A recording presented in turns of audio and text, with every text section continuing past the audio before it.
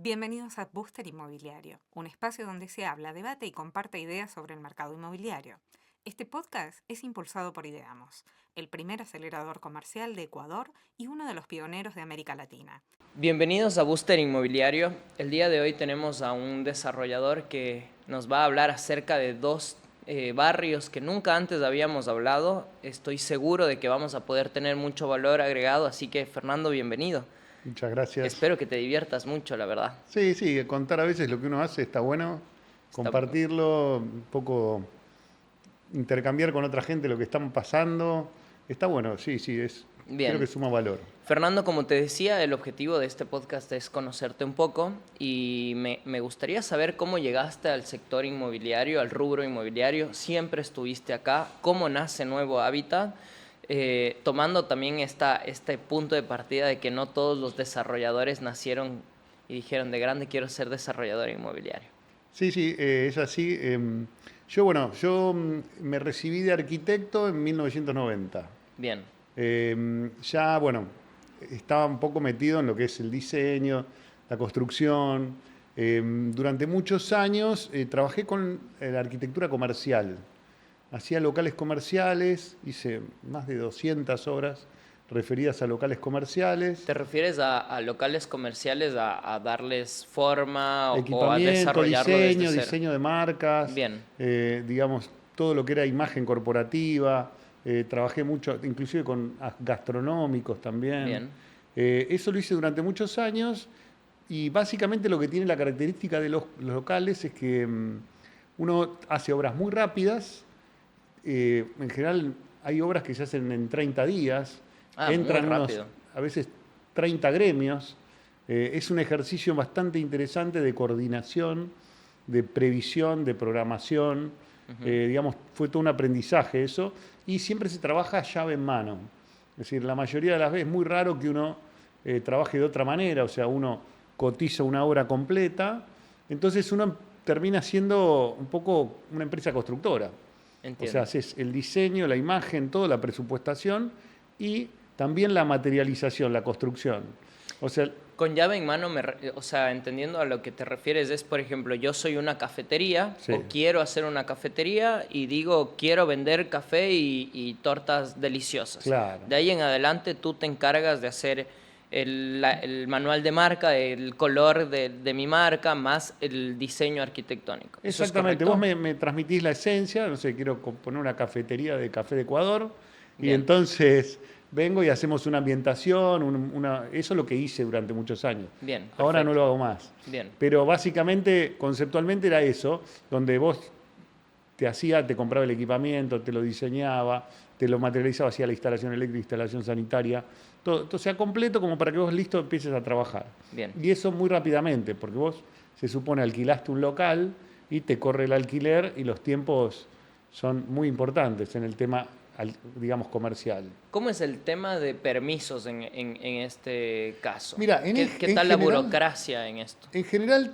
todo se hace, o sea, hay una parte que es la habilitación, eso se encarga el propietario, digamos, el dueño del negocio, de decir de una manera, que es un trámite, básicamente es saber si lo que hiciste está apto para el uso que le diste, pero la obra en sí, eso es muy informal. Ahí todas, como son obras muy rápidas, imagínate hacer cualquier tipo de tramitación, tardaría mucho más la tramitación que la obra. Claro, Entonces total. pierde sentido, digamos, la verdad es que es muy difícil que poder registrar una obra de una reforma. Un cambio, claro. Sí, aparte en general son, a veces no tanto, pero en general son obras de poca intervención edilicia, sino que es Entiendo. más de equipamiento, más de instalaciones, con lo cual correspondería un aviso de obra. No más que eso. Claro, pero en general se maneja bastante informal la parte de obra.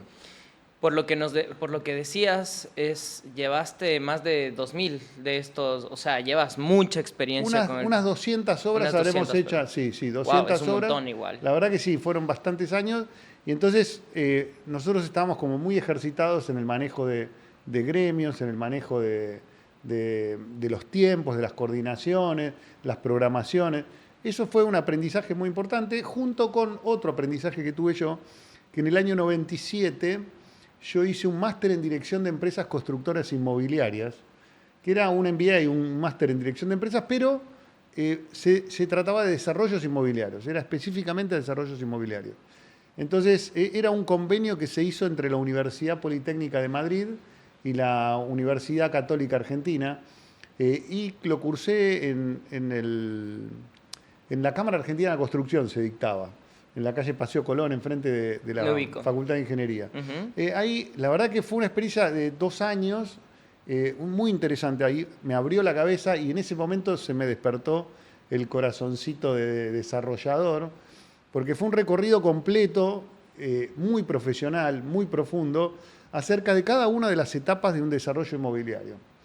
O sea, desde la parte de comercialización, diseño de producto, la parte legal, la parte comercial, la parte técnica, la parte financiera, la parte constructiva. Obviamente yo teniendo la especialización de arquitecto, siendo profesional de arquitecto, un poco claro. Había cosas que tenía, pero realmente fue como abrir muchísimo el abanico, el panorama de lo que era mi ejercicio profesional de arquitecto, diciendo, esto es como mucho más abarcativo.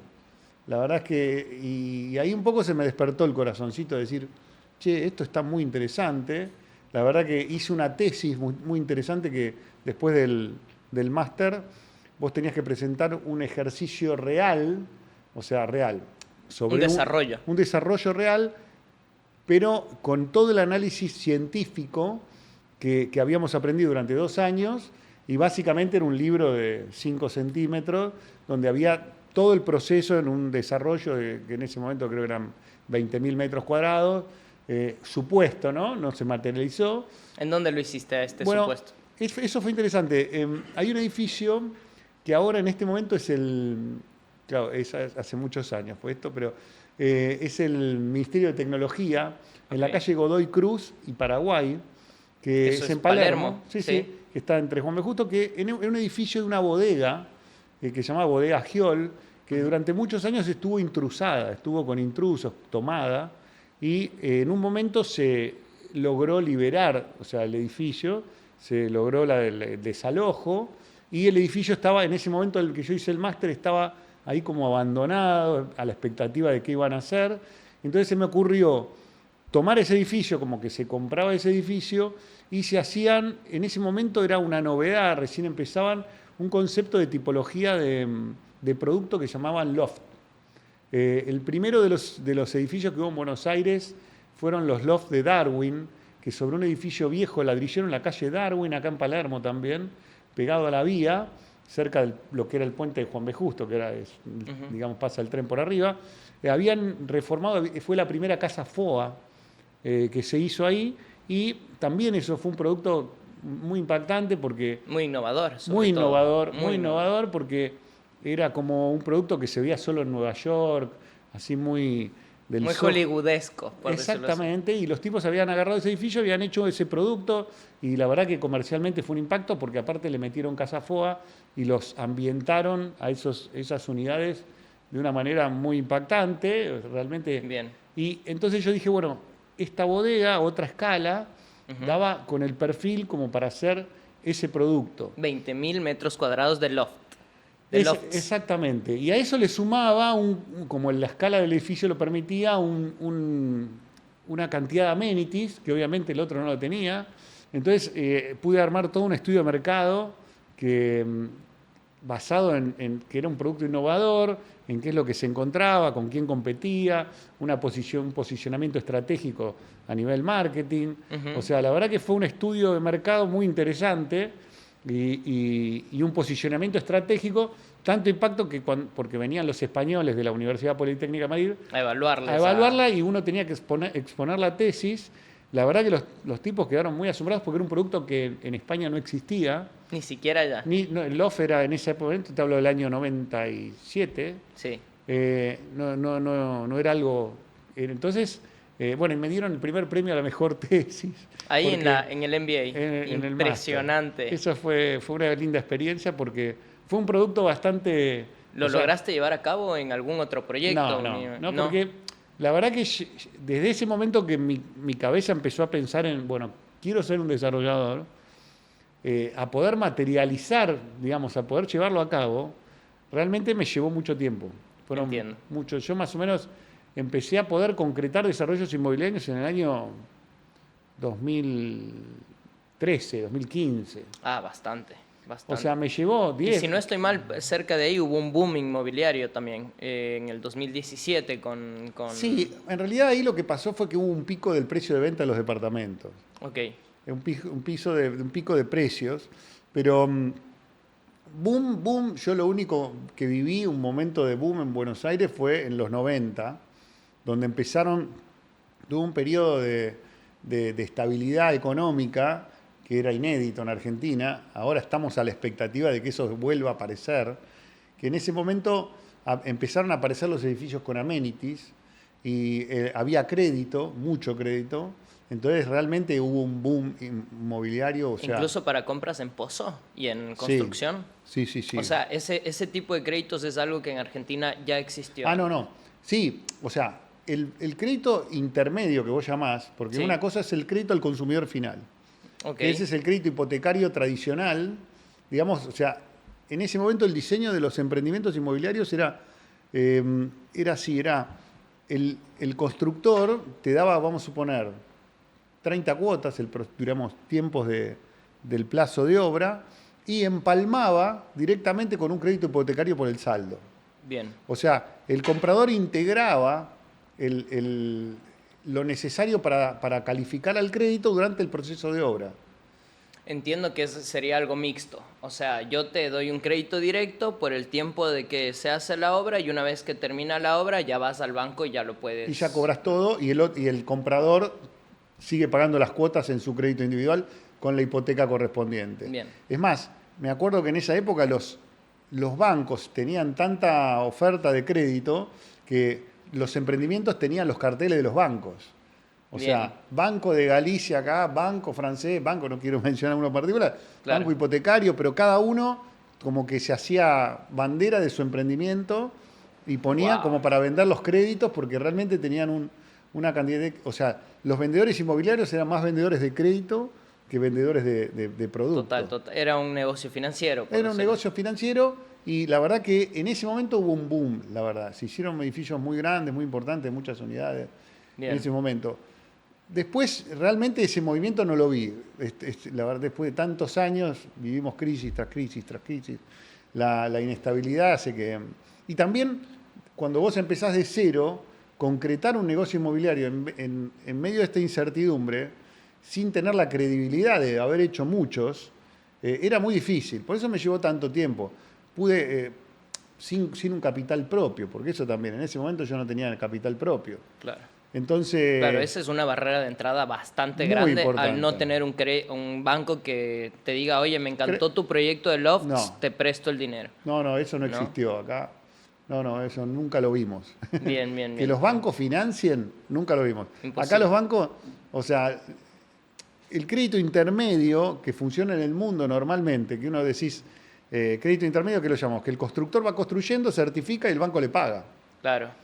Sí, entiendo esto como, no sé, algún tipo de fideicomiso que tú creas y te dice, oye, al 30% de la obra te doy X cantidad de dinero, luego Por el ejemplo. 50% esto, así hasta que... Y con las preventas va financiando también. Y entonces, eso que, digamos, que el desarrollista no tenga que poner plata o no conseguir la plata para Claro. ponerla, es como menos bancaria. O sea, acá realmente la ingeniería financiera de los negocios inmobiliarios, según mi experiencia, ¿no? Cada uno, Sí, obviamente sí. hay distintas experiencias y todo, fue que siempre la financiación del emprendimiento la logré a través de inversores que confiaran en mí. Bien, perfecto. Lograr la confianza, decir, bueno, che, o sea, te conozco, sé que es una persona que tiene trayectoria, que sos un tipo bien, y entonces, o sea, que no me vas a cagar. Total. Entonces, ese es el perfil de gente que viene y te digo, bueno, yo te compro tantos departamentos en tu emprendimiento. Y con Estando eso... en planos. Exactamente. Igual, inclusive he conseguido para, por ejemplo, compra de terreno. Bien, O sea, porque también lo he necesitado al principio de cero. bien, O sea, entiendo. Lo cual era una ingeniería bastante compleja porque siempre es el huevo de la gallina, porque ¿qué hago? ¿Consigo al inversor o consigo el terreno? Entonces era un poco, yo tengo que tener el inversor para ofrecerle algo y tengo que tener el terreno para poder hacerle algo al inversor que ofrecerle. Los argentinos son unos crack en eso. Déjame decirte que siempre lo digo en el podcast, lo vuelvo a decir, es sorprendente el volumen de negocio, el movimiento del mercado que tienen sin tener un crédito presente. Me sorprende y se encuentran maneras, y en un gran porcentaje de ocasiones sale bien. Eso también es lo que me sorprende, ¿no? Porque también una cosa es querer hacerlo y otra cosa es que salga bien el asunto. ¿Cómo nace Nuevo Hábitat? Bien, yo empecé, digamos, con el tema de este desarrollo, siempre armando un montón de proyectos. Habré hecho 10, 15, no sé cuántos, siempre tratando de unir estos jugadores. O sea, con la compra del terreno con el inversor que me tenía que poner la plata. Era un combo bastante difícil porque en el momento a veces que uno tenía un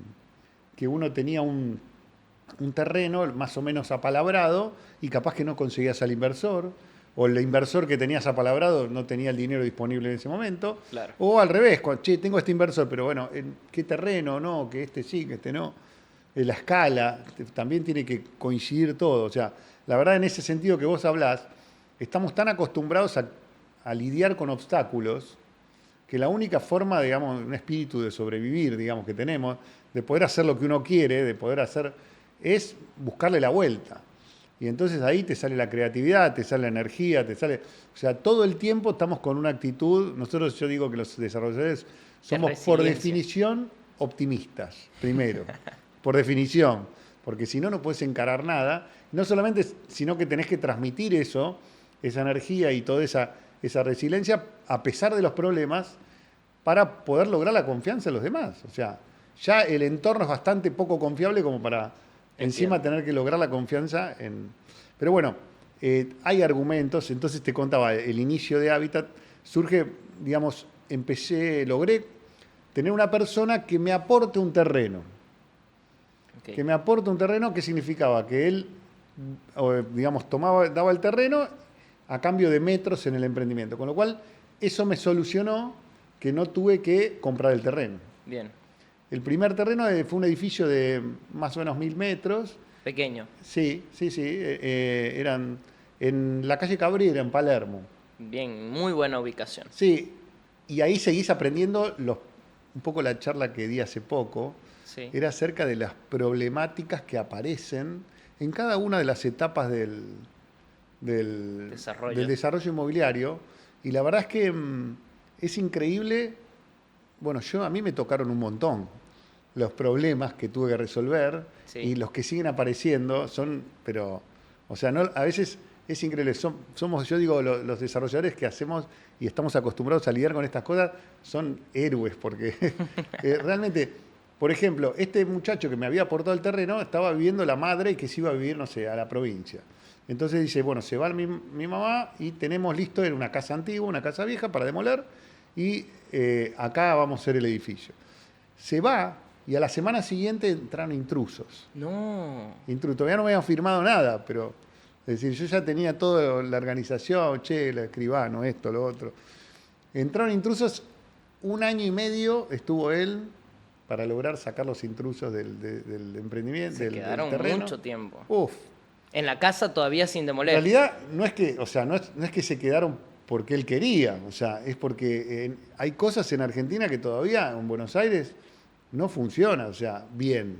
Son cosas que creo que el país tiene que corregir, o sea, estas cosas de que te entran intrusos y es tan fácil, porque realmente no, los tipos igual están organizados, hay mafias así, con abogados y cosas, entonces entra una persona y ya tienen un contrato falso, un contrato apócrifo de alquiler, entonces cuando uno los va a desalojar, inmediatamente llama a la policía, el tipo ya tiene el abogado y meten en general familias con hijos, con menores, porque saben que tiene que entrar minoridad para poder sacarlos de la casa. No. O sea, tienen un montón de herramientas y organizados para que estas intrusiones terminen digamos, duren un año y medio.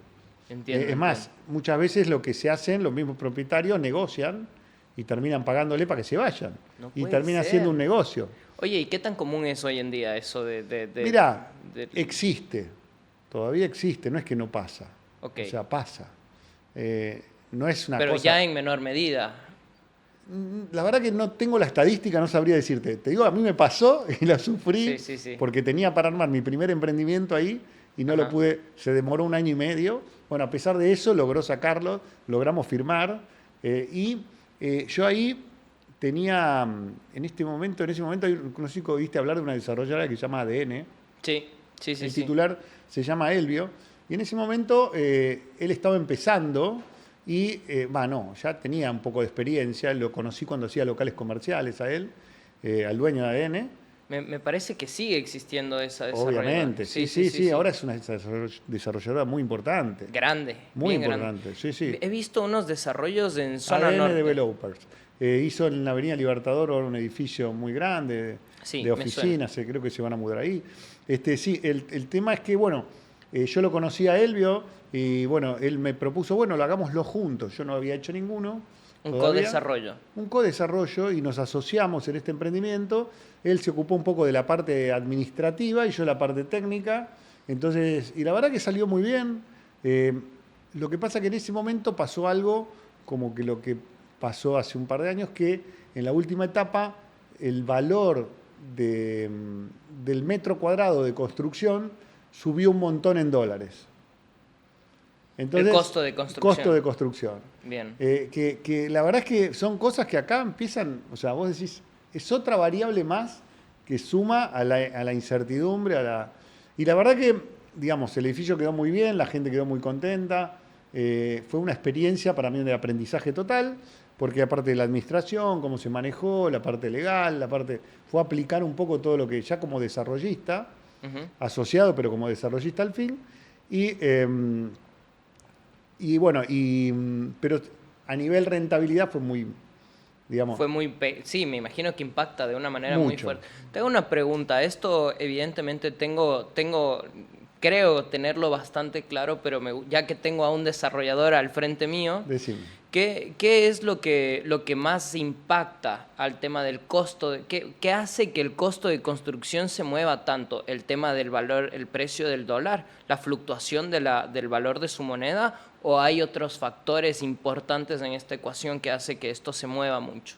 Mira, la verdad que cada ciclo económico tuvo sus particularidades. O sea, la última proceso donde aumentó muchísimo, en general, las variaciones muy, muy importantes tienen que ver con los ciclos económicos y con la cotización del dólar. Porque nosotros tenemos, en Argentina, todos los inmuebles siempre se evaluaron en dólares. Porque la moneda, el peso, al ser durante tantos años, tan depreciada, o sea, es una manera que nunca fue reserva de valor. Entonces, como las propiedades son la reserva de valor por excelencia, o sea, un inmueble, entonces era natural que en un país donde prácticamente la moneda no es reserva de valor, que se cotizan en dólares. Pero siempre fue legal hacerlo porque en Sí, otros países en donde la moneda oficial no es el dólar, se obligan a hacer compras o transacciones, al menos legalmente, ¿no? Te compro este auto, por ejemplo, no en dólares, en pesos, obligatoriamente. O sea, Mirá, no existen los contratos en dólares en varios países en donde la moneda oficial no es. El tema acá es así, aunque como nosotros siempre le encontramos la vuelta, porque de eso se trata, Claro. o sea, cada escollo, si hubiera habido una ley, o sea, en general creo que las escrituras se hacen en pesos. Bien. Se hicieron en pesos, ahora creo que, o si se ponen en dólares, se hace la conversión. ¿Por qué? Porque todo el tema impositivo siempre es en pesos. Entonces, si vos pactás un valor en dólares de una propiedad, que es legal ahora y todo, la escritura figura la conversión a pesos. Entonces, para la parte impositiva, se toma el valor en pesos con la cotización de ese momento de la escritura. Pero en algún momento, si hubo algún impedimento o no para hacer contratos en dólares y toda esta cosa, la verdad... Se encontró la vuelta. Y realmente para el comprador y el vendedor siempre las propiedades en Argentina es en dólares. Bien. Y lo saben los dos. Bien. Entonces, si no se puede, se ponen cláusulas y cláusulas y cláusulas y cláusulas, que no, que los dólares Nueva York, que no sé qué, que yo declaro tener los dólares, porque todos sabemos que se paga en dólares. ¿Y cómo se hace cuando quieres comprar una propiedad y tienes el dinero, no mal habido, pero no lo tienes blanqueado en Argentina? ¿No? Mirá. Ahí normalmente se negocia como que, oye, véndeme la propiedad a un precio más bajo porque esto sí lo puedo declarar. ¿Cómo se hace eso? La verdad que, bueno, yo no quiero... Podemos salir del tema, ¿eh? No, es decir, más que nada, o sea, todos sabemos que en Argentina es uno de los países con más alto presión impositiva que existe en el mundo. Entiendo. O sea, la carga impositiva en Argentina es de las más altas del mundo. Yo creo que es bastante, digamos, no sé cómo expresarlo, pero no está bueno pensar que el resultado, digamos, de tener una carga impositiva tan alta es que si vos cumplís, te fundís. O sea, si vos pagás, lo único que hiciste es trabajar para pagar los impuestos. Y la ganancia es imposible. O sea, el mercado te da un valor, un precio de venta, donde si vos pagaras todos los impuestos que existen... Te queda nada. No existen, o sea, perdés plata. Y hay impuestos muy regresivos, o sea, la verdad que como ingresos brutos, o sea, ¿qué significa regresivos? Que no le importa al fisco si vos ganás o perdés. No es que vos, si gano, bueno, te pago una parte de mi ganancia. Hay impuestos que son, bueno, vos vendiste un millón... Sobre lo que facturaste. Sobre lo que, exactamente. Y no importa si vos vendiste. Entonces vos podés haber perdido plata, y mucha plata, y igual tenés que pagar los impuestos de eso. No, pues. ¿Entendés? Y es muy difícil, o sea, lidiar con esas cosas. Entonces, también es conocido estadísticamente que el 50% de la economía argentina es informal. O sea, el 50%, y la industria de la construcción no es una excepción de eso. No sé si en la estadística cuánto será el porcentual, pero hay una gran parte que todos sabemos que es imposible blanquearla porque la carga impositiva te haría inviable la actividad. O te eleva mucho los precios, el tema de que tengas tu propia casa, ya no tienes crédito. Encima, si te toca pagar todo esto, elevaría mucho los precios, me imagino. Aparte, el acceso imposible. No, o sea, llega un momento donde no lo haces, digamos, es inviable. Bien, Es decir, entiendo. Me quedo en mi casa y, no sé, mirando la tele porque si no pierdo, y lo único que hago es esforzarme. O sea, realmente hacer un desarrollo inmobiliario es un esfuerzo muy grande porque hay que lidiar con muchas cosas. El proceso de desarrollo inmobiliario son muchos obstáculos que hay que sortear, muchísimos. Hay infinidad. Yo puedo estar un día entero en podcast, hacemos 8, de todas las problemáticas que existen en cada una de las etapas. Bien. Porque, digamos, a mí lo que me diferencia de otros desarrolladores, o me da la característica, es que yo yo soy una desarrolladora chica. Bien. O sea, no tengo muchos edificios hechos, tengo experiencia, muchísima experiencia, pero no es que tengo 50 edificios. Bien. Pero sí, ¿por qué? También porque yo hago todo el proceso del desarrollo. De punta a punta. De punta a punta, lo que llamamos integración vertical. Bien. O sea, ¿qué significa de punta a punta? Yo consigo el terreno, me ocupo del proyecto, me ocupo de conseguir la financiación del terreno, me ocupo de a veces subcontratás, ¿no? Pero básicamente me ocupo de la supervisión del proceso de tramitación municipal. Como arquitecto hago el proyecto, a veces, digamos, también en cada rubro determinado, especialmente los procesos de aprobación municipal, me junto, me contrato o veo de qué manera con gente mejor que yo, Claro. Siempre buscando estar con los mejores. Después, una vez la parte de proyecto, documentación, toda la superficie la superviso y la hago yo, digamos, no yo personalmente, ¿no? Con un grupo. El equipo. El equipo.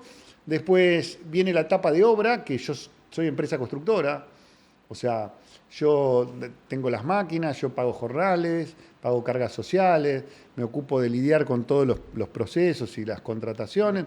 En los desarrolladores normalmente suelen tercerizar este tipo de Claro. cosas. Suelen tener la empresa constructora es una y la desarrolladora es otra. Es verdad y lo que decís, ¿por qué? Porque son complejidades muy importantes en ambas situaciones. O sea, la verdad, la complejidad del desarrollo inmobiliario es muy importante y la parte de empresa constructora es un mundo aparte. Con otras complejidades. Claro, pero ¿qué es lo que tiene? Yo diseñé un sistema donde en cada desarrollo yo hago una sociedad anónima, que no trabajo con fideicomisos, hago sociedad anónima, y esta sociedad anónima no solamente que es desarrollista, sino que es constructora. O sea, entonces, ¿qué es lo que es interesante? Que no subcontrata una empresa constructora, es la misma sociedad que la que construye. Bien. Entonces, impositivamente, no hay una constructora que le factura. Bien. Entonces, a nivel mano de obra, por ejemplo, toda la mano de obra no tiene IVA. Bien, puedes abaratar los costos por ahí. Exactamente, o sea, es un IVA que no se paga, digamos. Bien. ¿Por qué? Porque no corresponde, porque es la misma empresa constructora que paga jornales. No es que la misma sociedad desarrollista es la que paga los jornales. Entiendo. Tiene una complejidad financiera, una complejidad administrativa, pero más allá de eso, igual la razón principal por la cual yo avancé y me metí llamémoslo, los pies en el barro en la empresa constructora, porque realmente la empresa constructora es lidiar con problemáticas importantes, es porque la potencia que tiene administrar los recursos de la empresa constructora en el desarrollo. Que puedes tener. Más allá del control, claro, vos cuando tenés una empresa constructora, capaz que una empresa constructora tiene varias obras.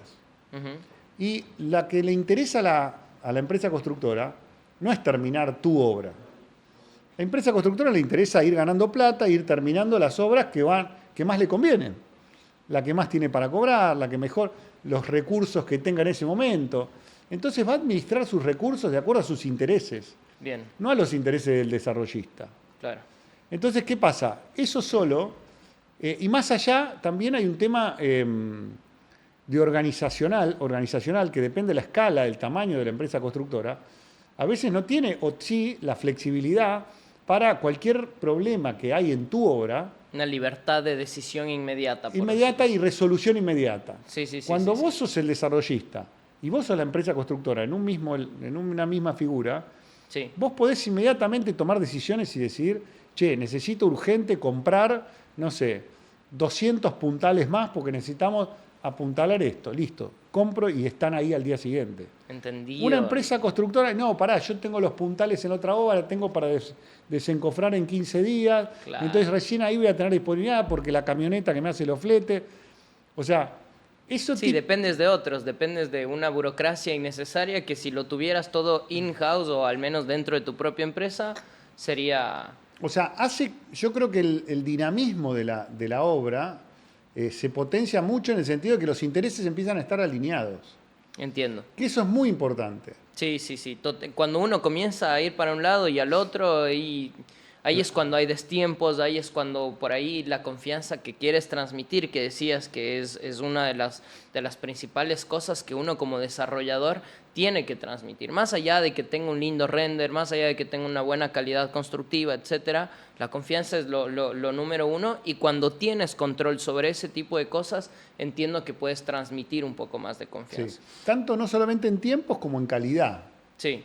Porque vos como dueño de la empresa constructora, entre comillas, sí, sos dueño, digamos, o manejás la empresa constructora, si hay una mano de obra que no te gusta, es fácil cambiarlo, porque vos sos el que paga. Total. Vos sos no es que dependo de una empresa constructora que me cambie o no, es decir, yo decido en ese sentido, o algunos materiales o algunas cosas que también, a veces una empresa constructora te pasa un presupuesto por una determinada característica, con un determinado pliego.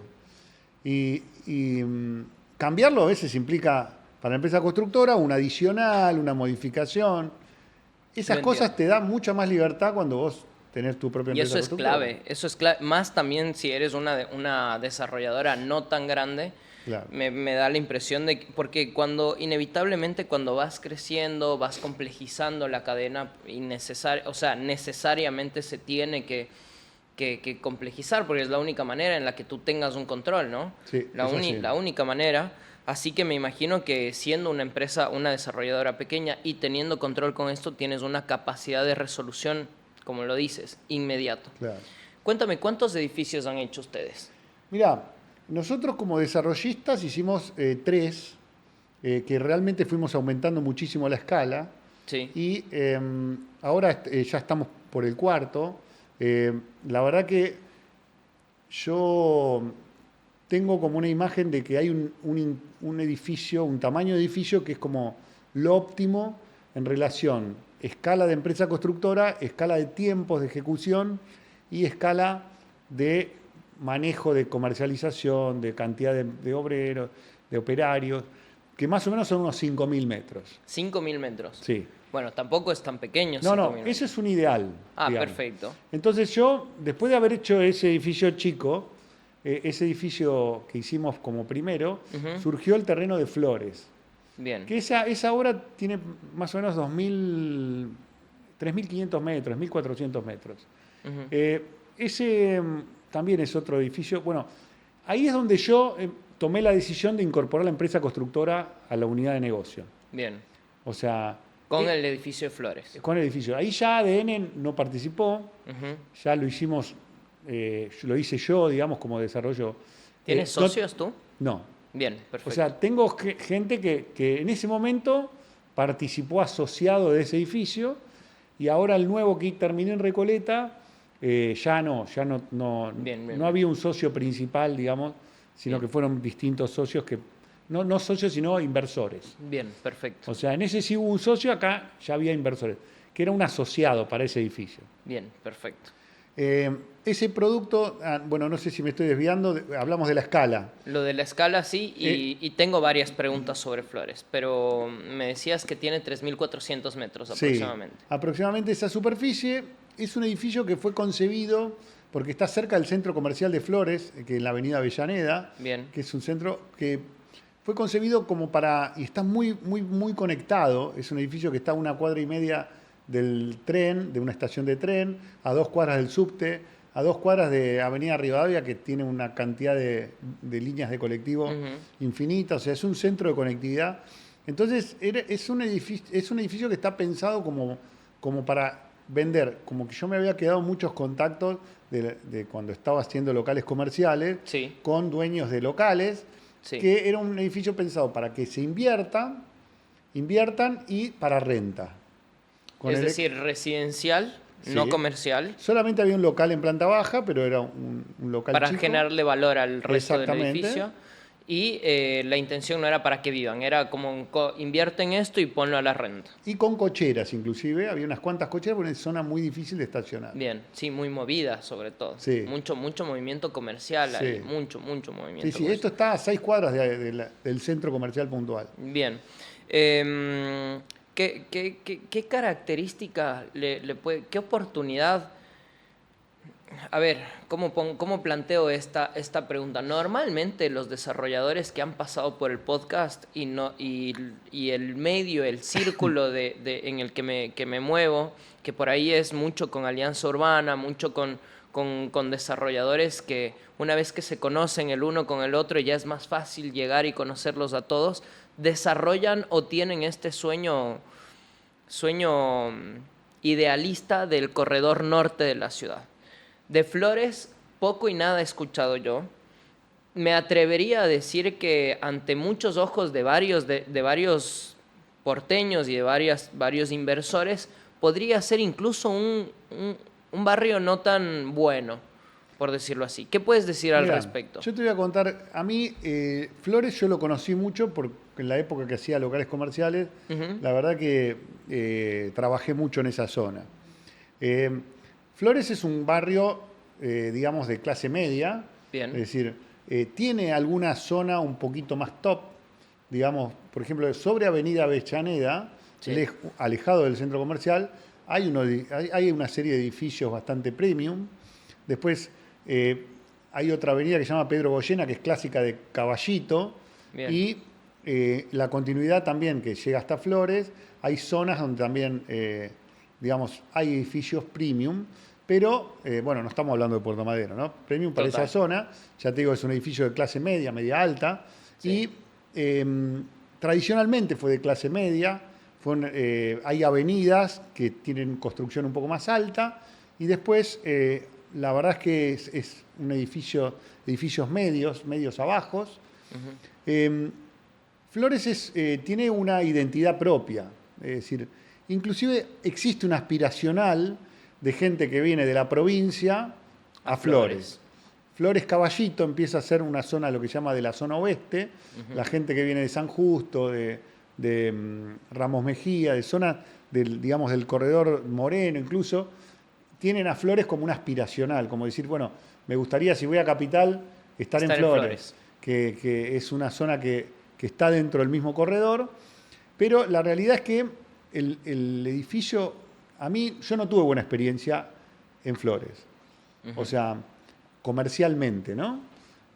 También fue un edificio que si bien quedó bárbaro, la verdad que el edificio quedó muy lindo, muy bien terminado, comercialmente tuvo muchos problemas, solamente comercialmente, con lo cual la verdad es que hizo que no fuera un éxito financiero. O sea, cosas que tienen que ver con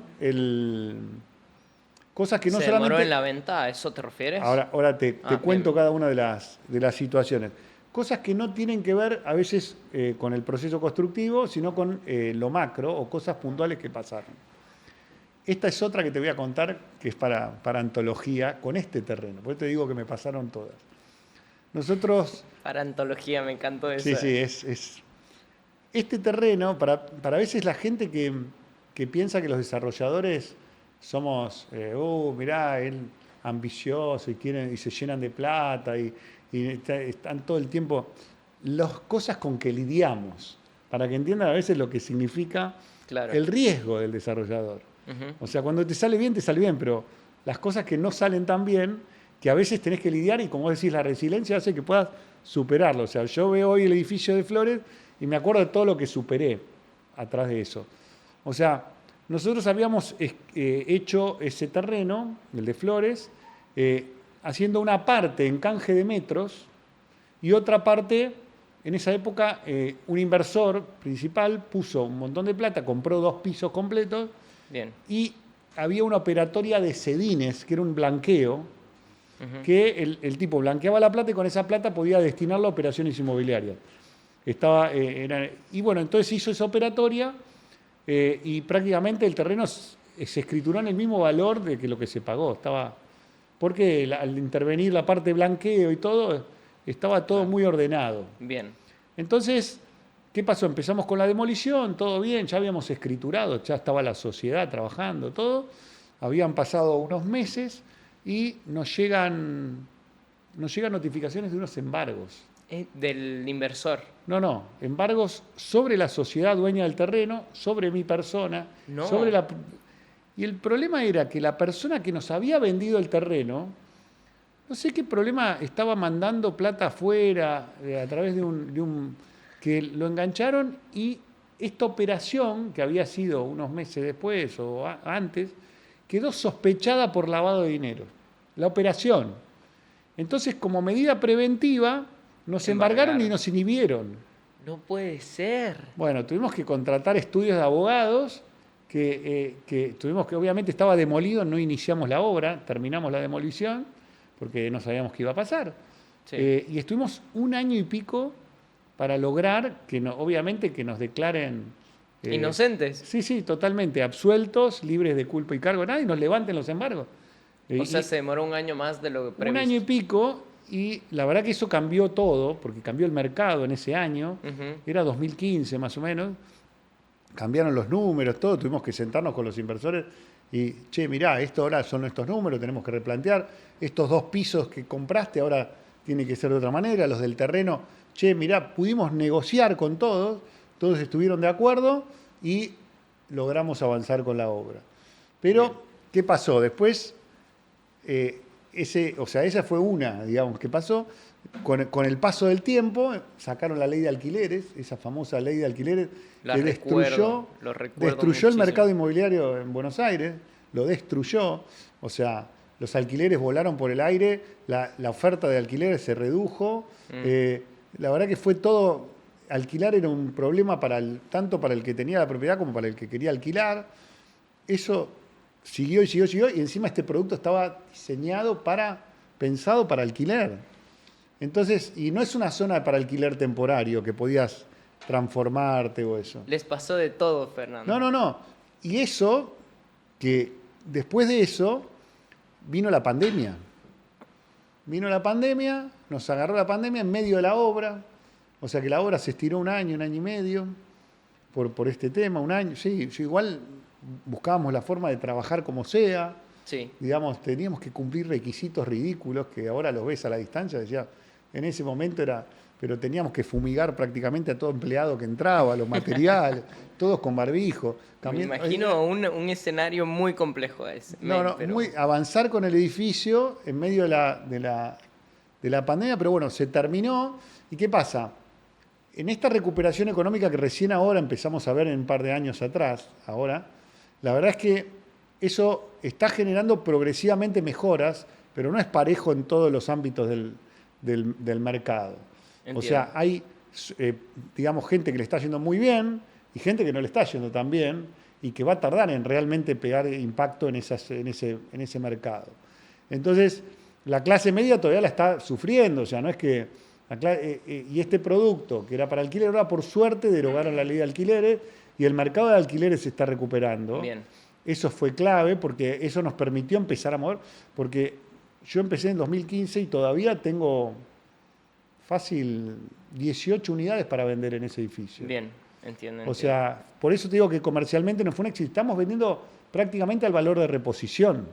Bien. O sea, que es una locura. A lo que te costaría comprar un departamento ahora. Casi al costo de reposición. Hoy me costaría un terreno, ¿cuánto cuesta el costo de construcción? Eso más o menos es lo que estoy tratando de... Estamos vendiendo, bien. Que recién ahora con esto de la recuperación de los alquileres y todo, empiezan a aparecer un inversor que viene a comprar para alquilar, que era un poco la esencia original, pero pasaron 10 años. Entiendo completamente. Fernando, el tiempo ha pasado volando. Me gustaría ir dándole por ahí un pequeño cierre a esto. También dándole un doble clic a partes que ibas comentando en el podcast. Te veo a ti como una persona muy, muy positiva y con una visión muy buena para lo que se viene de aquí en adelante. Hablaste de que es probable de que Argentina vuelva a tener una estabilidad como en los años 90. Me gustaría que tal vez brevemente me cuentes qué se viene para el desarrollo inmobiliario en el 2026 y qué es lo que te hace ser tan optimista con esta mirada que tienes a futuro. Bueno, un poco lo que te había contado es yo viví lo que fue ese boom inmobiliario. La verdad que yo, un desarrollador, si viviste eso, soñás que en algún momento vuelva ese momento. Entiendo. Porque eran momentos donde vos lanzabas un desarrollo y capaz que en un mes, si querías vender todo, lo vendías. Wow. O sea, vendías todo un desarrollo inmobiliario de no importa qué cantidad de unidades, pero levantabas el terreno. La gente quería invertir porque sabía que los valores de las propiedades subían, entonces era el negocio. Ya. En vez de hacer un plazo fijo y ponerlo en el banco, no, voy y te compro y te compro y te compro y te pongo, porque sabía que era una inversión muy buena. De hecho, acá, digamos, ¿qué pasó? Hasta que el cambio de gobierno, el cambio de ciclo económico, las propiedades fueron bajando de crisis en crisis y llegaron a bajar casi un 40%, 50%. A partir del cambio de ciclo económico y todo, ese piso llegó a su piso, esos valores llegaron a su piso y empezaron a repuntar. Más o menos hablamos de un 20%. Pero después de haber bajado, o sea, imagínate que estamos en valores de hace muchísimos años y comparado con el resto de la región también estamos en pisos históricos. Y aparte, en otros sectores de la economía, sea acciones, bonos, en valores de empresas, todo, se ha recuperado y se ha multiplicado capaz que 200, 300% en algunos casos. En 2 años. En 2 años. Y la construcción, o sea, el mercado inmobiliario todavía está en el piso. O sea, si vos lo pensás. Entonces, la perspectiva de recuperación es muchísima. O sea, la capacidad de, digamos, el spread para que suba, yo creo que hay muchísimo para subir. Y rápido. El rápido va a depender del proceso económico. de qué pase con la... porque, por ejemplo, algo clave es que antes del cambio de gobierno un sueldo normal promedio eran $300. Y hoy un sueldo normal promedio son $1.000. Entonces, para una propiedad que se cotiza en dólares, te da una capacidad de compra que se multiplicó por 2, 3. Si este proceso sigue, con recuperación de economía y todo, sin duda que va a haber el crédito que ahora se frenó por la inestabilidad, por las elecciones y qué sé yo, si vuelve a venir sólido y firme, digamos que eso casi seguro que va a pasar, porque los bancos van a tener que financiar. Hasta ahora Es inevitable, hay más liquidez. Claro, se dedicaban a comprar bonos del Estado, ahora ya no hay más de eso. Entonces la plata, el mercado inmobiliario es un lugar donde se puede canalizar mucha plata con mucha seguridad para los bancos, porque tiene respaldo hipotecario. Entonces, aparte te da un plazo más largo, ese es un tema de calce que van a tener que resolver los bancos, pero convertir lo que tienen a corto plazo a largo plazo. Pero eso es muy saludable para el mercado inmobiliario, que empiece a aparecer crédito, mucho crédito, que se consolide. Por suerte ahora hay 2 años que no hay elecciones. Entonces se supone que este proceso que se frenó un poco antes de las elecciones se va a consolidar. Para mí 2026 va a ser un año que el crédito va a venir fuerte, seguro. Y eso, aunque no sea para los desarrollos inmobiliarios, porque los desarrollos inmobiliarios no toman directamente, porque para que haya un crédito hipotecario tiene que haber una escritura. Y que esté terminado. Exactamente. Pero se va a consumir el stock de los usados y por ende, al no tener un stock, la única opción de compra que vas a tener es desarrollos. Exactamente, eso es la idea, que se vaya consumiendo el stock de usados para que se vuelque esa inversión en los desarrollos inmobiliarios. O sea, impacta en todo el mercado. Por otra parte, la venta de un departamento con crédito hipotecario a veces impacta en 2 o 3 ventas, sí. Hace como una cadena expansiva. Entiendo. O sea, vos te sacás un crédito, me compras a mí, yo compro al otro y así. Bien, entendido.